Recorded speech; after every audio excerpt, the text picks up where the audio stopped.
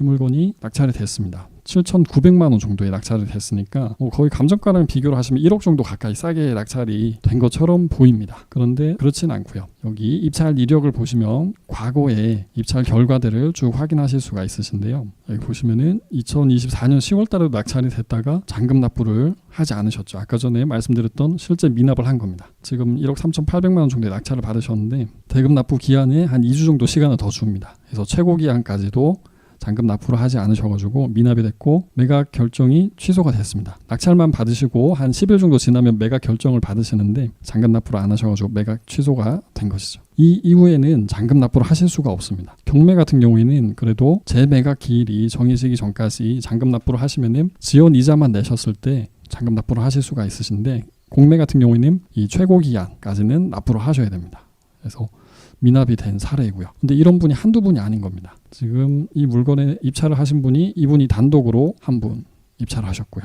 그다음에 그 전에도 2024년 5월 달에도 두 분이나 입찰을 하셨고요. 그러면 지금 미납할 거를 벌써 세 분이 입찰을 하셨다는 거죠. 여기는 더 많습니다. 24년 1월 달에는 6분이나 입찰을 하셔가지고 거의 한 10분 정도 가까이 물건 분석을 잘못하셨던 겁니다. 잔금 납부를 못할 물건을 이렇게 많이들 입찰을 하셨었고요. 근데 이분 같은 경우 이제 충분히 유찰된 금액에서 낙찰을 잘 받으셨습니다. 어떤 이유 때문에 이렇게 유찰될 때까지 기다렸어야 되나? 그 답이 아까 전에 계속 보셨던 압류 재산은 이 재산명세서에 있다고 말씀을 드렸었죠. 재산명세서를 보시면 임차인이 있습니다. 임차인분이 배분 요구를 하셨고요.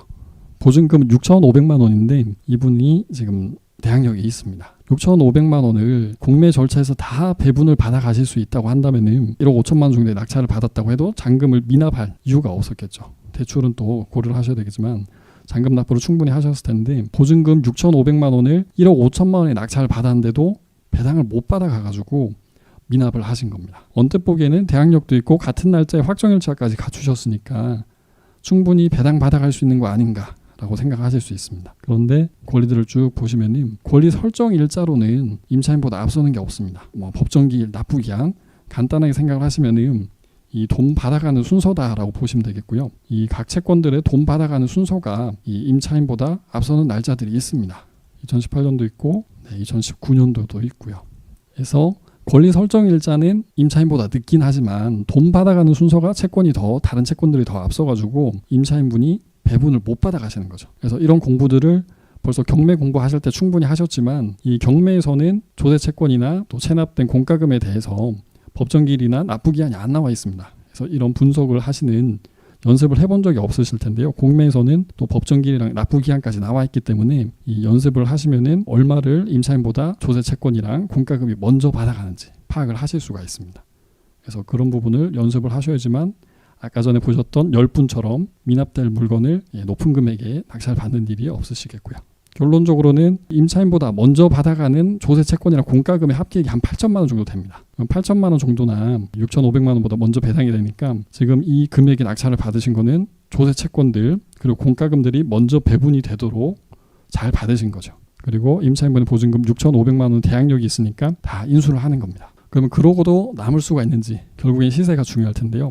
조정 면적이 59.85입니다. 실거래가 좀 낮은 거 1층짜리는 한 1억 5,500 정도에 된 것도 있고요. 좀 높은 게 1억 5,600도 있는데 지금 한 1억 7천 내외 정도의 실거래 된 것들이 있습니다. 그래서 수리를 안 한 상태에서 만약에 한 1억 7천 정도의 실거래를 할 수 있다라고 한다면은 이 물건이 지금 공시 가격을 여기서 확인하실 수가 있으시죠. 103동에 1104호에 이 공시 가격이 1억 1,800만 원이네요.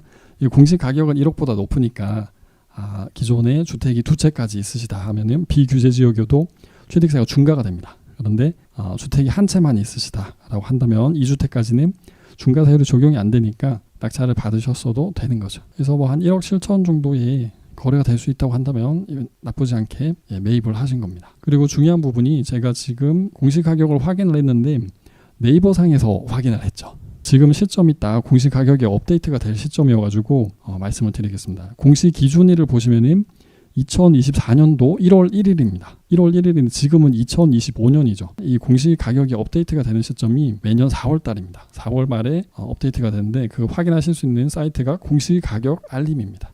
이 공시가격 알림이 사이트로 가시면은 공동주택의 가격을 공시가격을 조회를 하실 때는 이 사이트에서 열람을 하시는 게 가장 안전합니다. 그래서 여기 같이 한번 해보시면은 경기도의 안성이 아닌 평택의 칠원동이었습니다. 그리고 집원을 입력을 하시면 되는데요. 103동에 1104호였습니다.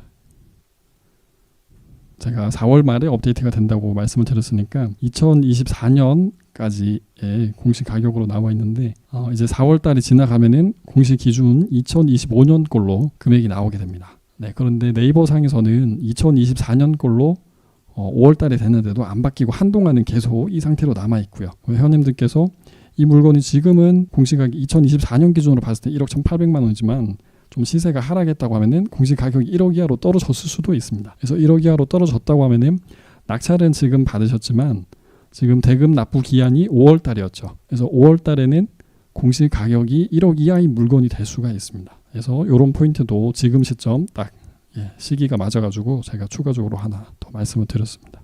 네, 공시 가격 1억 이하 물건은 사실 더 우량하고 좋은 물건 투자를 하실 수 있다면 그런 물건으로 하시는 게 더 좋겠고요. 근데 공시 가격 1억 이하는 이제 투자금이 조금 작으신 분들, 소액으로 조금 불려 가셔야 되는 상황이다라고 하시고, 그다음 기존 주택을 우량한 걸 이미 낙찰을 한 채 잘 받아 두셔가지고 좀 소액으로 불려 나가시겠다라고 한다면은 공시 가격 1억 이하인 것들, 거래량 많은 것들, 이 물건도 이제 거래량이 상당히 많죠.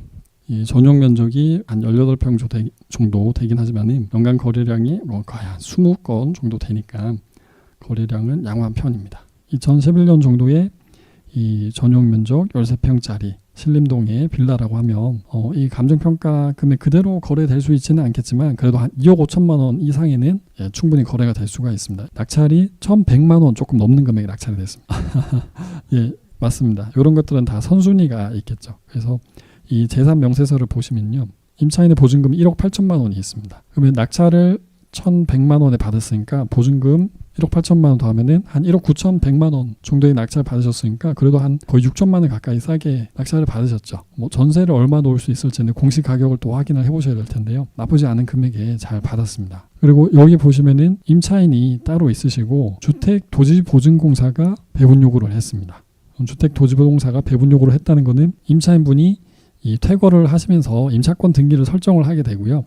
구조를 잘 아시겠지만 임차인분이 임대인한테 보증금을 지급을 받지 못하고 가입했던 전세보증보험을 이 주택도지보증공사에서 보증 이행을 받아가지고 보증금 1억 8천만 원은 임차인이 받아간 것이죠. 그래서 임차인분이 이 보증금을 받아가면서 공사에서 허그에서 요구하는 것이 임차권 등기를 설정을 해달라고 합니다. 그래서 임차권 등기를 이런 식으로 설정을 해놨고요.